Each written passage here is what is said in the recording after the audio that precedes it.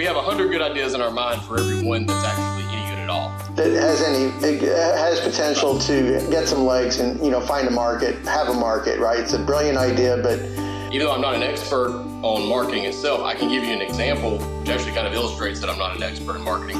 But I can give you an example from my own experience about how important this is. Because I think a lot of businesses try to think for their customers, right? And that's a really good way to mess things up, is to try to think for them. Yeah, it's much better to have a relationship with them and communicate with them and find out where they're at. All right, welcome back to View from Above with Garrett, Layell, and my esteemed partner, John Buerger. Altus Wealth Solutions in San Luis Obispo, California, where it is a nice, brisk 108 degrees today, you said. That is technically in SLO, it's going to be just under 100. Where I am in North County, 108 is our expected high. It's funny, when I was a kid, I always hear, old men talk about the weather, and the older I get, the more I start to notice, even on my shows like this, when I have a show with somebody out of town, I bring up the weather. So I've almost been making a conscious effort not to bring up the weather at the beginning of a show, just because I'm starting to feel like an old man. But when you tell me it's 108, like I can't help myself. I don't have much of my instincts take over.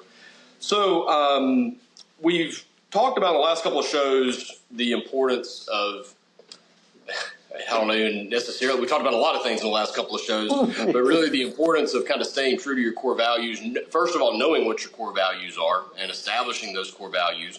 And then once you've established them, making sure you actually live by them. I don't know if we're adding a step or if we're going back and reinserting a step that we kind of forgot to cover before, but then there's also how you communicate those values as well. So there's what you do, what you say you do, and then how you decide what you do, right? Like how you decide what you do is sort of establishing your core values. What are the distinctions of my business that I think separates me? Then how you do them is the actual going out and executing the things that you intended to do and how well you do that. But then you also have to communicate that. Otherwise, you won't have any customers to do it for. So they all kind of tie together as sort of the hub of that wheel. I love these shows once in a while where we have a good conversation going, and I kind of realized we better start hitting record because we had some good stuff going and we weren't recording yet. So I know we've got a lot to talk about with on this topic. Yeah, it's who you are, what you do, and what you say you do, and they all need to be in alignment in order for you to have the optimum success as a business. And I don't think, my just quick take on that, I don't even think you can rank those. They're all equally important. If you are saying the right thing and claiming to do the right thing, but, well, if you have the wrong idea in mind, if your business objective, your core values are wrong, it doesn't matter. You can communicate that perfectly and even do that perfectly, but it's still a bad value. If your core value is selling $75 cheeseburgers, you're just not going to go very far. It's a bad idea. If you're promising 99-cent cheeseburgers and selling $12 cheeseburgers, it's not going to go very far. It's still not going to work very well, is it? And if you're selling 99-cent cheeseburgers and nobody knows about it because you've not communicated it to them, then that's not going to matter either. From your experiences, though, have you seen one that business owners struggle with more than another? Is it finding out what to do, figuring out how to do it, or figuring out how to tell it that business owners struggle with more? That's a great question. So entrepreneurs tend to have no problem coming up with ideas. Right now, the quality of the idea, the tractability of the idea. Yeah, we touched on that before. We have 100 good ideas in our mind for every one that's actually any good at all. That has potential to get some legs and, find a market, have a market, right? It's a brilliant idea, but I suppose even the $75 cheeseburger idea, potentially there's an audience for $75 cheeseburgers. Whether or not that audience is big enough to build a business on, that's a different academic question. Usually not one that I spend a whole lot of time trying to work out with business owners as a coach. The question is, what is your idea? How well fleshed out is it? Is there a market for that idea? And then how are we communicating that idea out to find that market so we can find the customers that we're thinking we're supposed to have, right? And there's so many pieces to that puzzle. But I think the one that the business owners struggle with the most is just really understanding and being able to express what the values are that created this idea in the first place. So $75 cheeseburger, to use a sort of weird example, again, it has a market. There are people who will pay $75 for a cheeseburger, but what are the values that drive that market? What are the values that drive those customers? What are the values that would drive a business to want to deliver $75 cheeseburgers to the appropriate customer, right? What is the value, the mechanism that's there? And I think that's really the area that the disconnect for a lot of business owners is, not to use something really weird, but I want to create this product, I want to create this service, and I know there's a market for this product or service that's out there. What are the values that market holds dear, that I hold dear, that makes me want to create this business for that market? And what are the values that I would have to have as a business service or product provider that those people, that it is in alignment with those people? There are values that are associated with it, whether it's creating an elite experience, whether it's creating a cosmic value. I don't know what it is, but there's a value that's associated with there, not just saying, what I really want to do is figure out how to take something that cost me $2 and charge people $75 for it. There's not a value there's a value proposition in there, but there's not a value, an innate what's important to me value that is in there, right? Making money is not a value. Making big bucks, huge spread in profit, that is not a value. That's just I like to make a lot of money, so I got to figure out how to find a customer that's willing to pay me $75 for something that cost me $2 to produce, or at least $2 in costs. And then you have the labor costs associated with that, right? So that's not really a value. A value is more of a line to what's really important to me. What do I think is intrinsically important as a human being to put out there or create a business around that I can get other people to say, yes, I want to be a part of this? That's a value. And I think that's really the area where a lot of business owners struggle in identifying, well, what is that? Why I'm so passionate about putting that out there? That is really the disconnect that I see a lot of.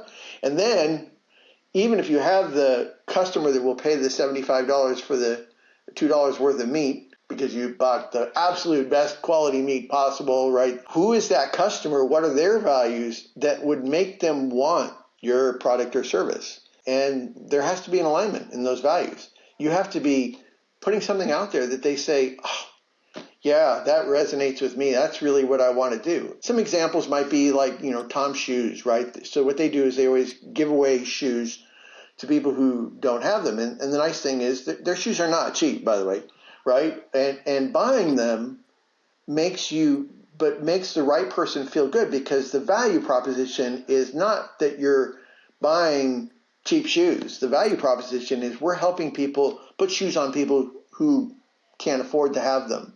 And you're helping to support that value by you buying shoes from us. And we happen to, by the way, have really great shoes at reasonable valuations, reasonable costs. And you get to be a part of this ecosystem where our values, which is taking care of people who don't have shoes, is number one. And that's our focus. So, and they communicate that focus really, really, really well. That's why they've been successful. And I like to use them as an example because that it points out the underlying value is not we're making big profit. The underlying value is we're doing something bigger than just selling shoes to you. Well, I think that all starts with, it's a very cliche phrase, but it starts with knowing your customer and then making sure that you're aligning your message. I think this show is maybe a little bit more of a marketing tilted show. At the same time, I don't want to get so off into the weeds on the marketing to make it sound like I'm telling the viewer or the listener how to market their business, because frankly, I don't know your business and I don't know your customer. But you need to know that, or your marketing team needs to know that, so that you can make sure you communicate that properly. And even though I'm not an expert on marketing itself, I can give you an example, which actually kind of illustrates that I'm not an expert in marketing. But I can give you an example from my own experience about how important this is. So I've learned over the last 3, 4, 5 months, a year, 2 years, whatever, that one of the competitive advantages that I have in the marketplace is that I understand 100% in most cases how the advisor's thinking. I've been in their shoes. I do resonate. I have that empathy, so to speak. And then what I catch myself doing sometimes is taking what I know about my audience and then trying to run it through a marketing best practices filter that is basically telling me how I'm supposed to market to the masses. And then I put something out there, and then lo and behold, financial advisors don't like it. And why is that? I give you a really good reason why that is. Financial advisors are really, really good at spotting BS.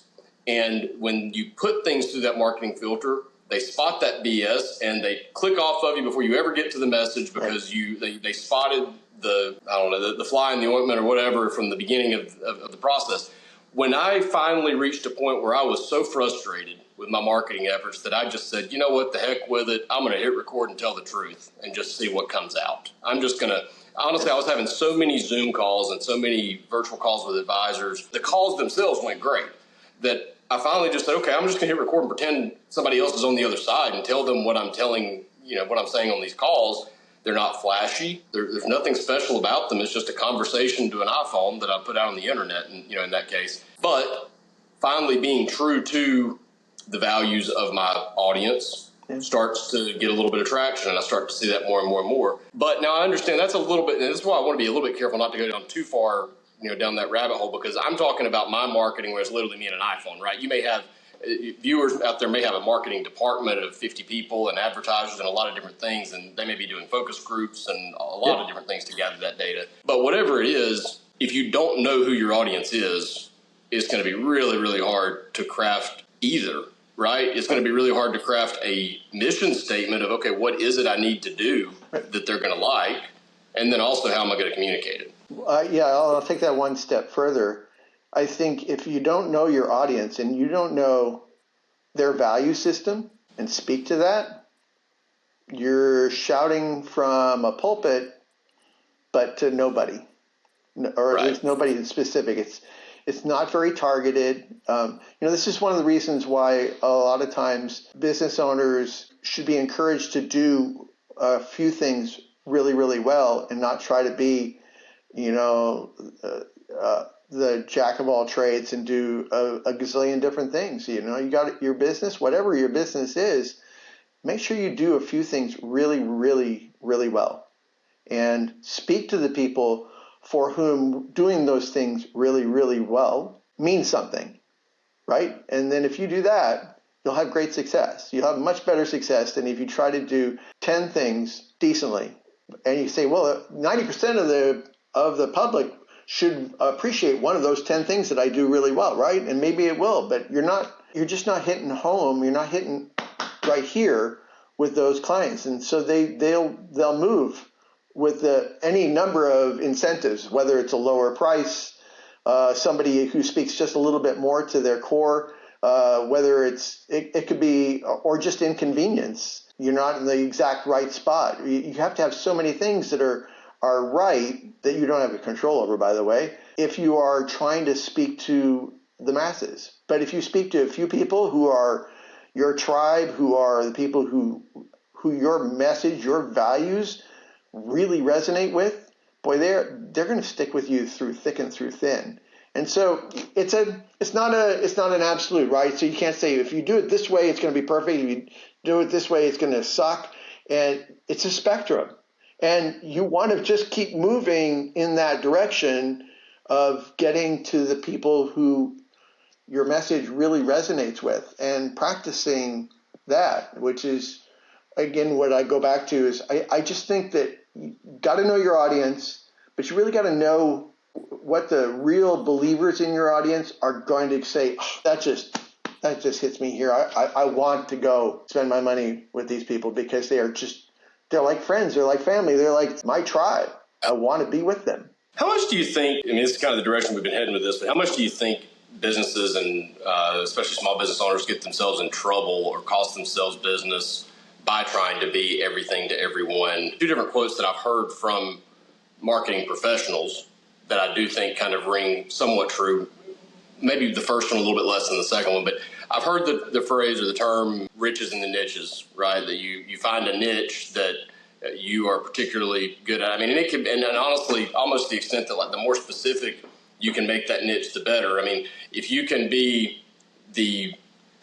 figure out how to sell $75 cheeseburgers, okay, great. If you can figure out how to really connect well with people who like $75 cheeseburgers, who like to play this particular sport or like to listen to this type of music or like to, you can start to zero in on specific niches within, the demographics or with other common interests, then you're going to have more success. I think there's some truth to that, but at the same time, certainly Walmart has made a pretty good name for themselves, selling to a pretty broad and diverse audience as well. And, it doesn't always have to be that way. But one thing that I do think is some of the simplest and soundest advice I've heard from a marketer is don't bother trying to communicate a message to the ones who are going to say no. Sell to the people who are going to say yes, right?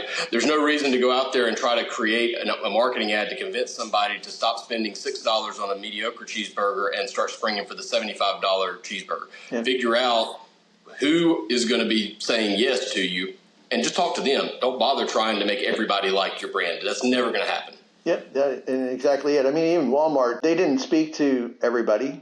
Even when they started, Sam Walton was really speaking to the people who wanted a certain level of value, wanted to make sure that they had the lowest price. But you still, when you went into Walmart stores, and even today, they continue to try to do it, although they're bigger, so it's a lot more difficult to do. They wanted you to feel like you were well cared for and they cared about you as a customer. And you didn't want to be rich going into a Walmart because that's Wally World. That's not for us, right? But the people that they wanted to speak to, they spoke to, and they delivered to those people, those customers, in a way that nobody else could and nobody else did. Excellent example of that. If there has ever been, and we didn't mean to do this, but if there was ever a great example of what we're talking about, Walmart would have absolutely zero success trying to sell $75 cheeseburgers with their snack stands. You know what I mean? Like that's a perfect example of how to screw that up, because you have to know Walmart tends to lean a little bit more towards the value-based shopper, where a $75 cheeseburger is an extreme example of the opposite. But I think there are, less obvious examples of that all over the place, right? Where people do this same type of thing. They sell a product that they like without really paying attention to who their customer is, or like to think for their customers. I think a lot of businesses try to think for their customers, right? And that's a really good way to mess things up, is to try to think for them. No, it's much better to have a relationship with them and communicate with them and find out where they're at and make sure that you're constantly realigning. If they're shifting, maybe you need to shift as well, but never steer clear of your core values, because those are your core values. And, don't let the customers completely redirect the ship, whatever it is. So, trying to encapsulate this down to just some basic thoughts. First, I think the biggest struggle for a lot of business owners is being able to identify what their core values are. Truly, the values, the things that are most important to you as a business that other people will resonate with, right? And really identifying what those are. And then the next step and the next biggest challenge is, now that you know who you are and what you stand for, which is my frame for calling your values, who you are and what you stand for, being able to communicate that consistently and succinctly to others. So you can find that, for lack of a better term, that tribe that those values resonates with. Those are the people who are going to want to buy from you. And then all you have to do is convince them. You say, here it is. We align. This is what you want. Those are the ones. You're not convincing them to not buy something else and instead buy you. You're just putting it out there. This is who we are. This is what we stand for. This is what we have. This is our product or service. And this is how it aligns with who we are and what we stand for. You want to buy it. Simon Sinek did a lot of that stuff as well. But I think the hardest part for business owners is first becoming clear about who you are and what you stand for. And then secondly, all right, what words do I have to use that communicate that clearly and succinctly? Because you only have 11 seconds. I think 11 seconds is long. I've heard 3. Yeah, you really only have 3, but I hear if you can get it in the first 5 words, right? Yeah. Then it's best. But and I spend a lot of time with clients when we're doing marketing message makeovers on trying to crystallize that message, that marketing message down to 11 words, which I think you can say in 3 seconds. It's not a static decision or state of being, right? It's something that is always going to be changing, and they can shift a little bit without you meaning for it to where your marketing may not change, and you're not really paying attention to the fact that your actual delivery has changed, maybe for a good reason. Maybe you've adapted your delivery a little bit or adapted your product for the marketplace, but you're still using the same marketing, or vice versa. You may be telling a new message that you haven't changed the product to keep up with that. So how do you have, just a couple of minutes to kind of elaborate on that point a little bit from what you've seen? Everything is fluid, right? Life is nothing static.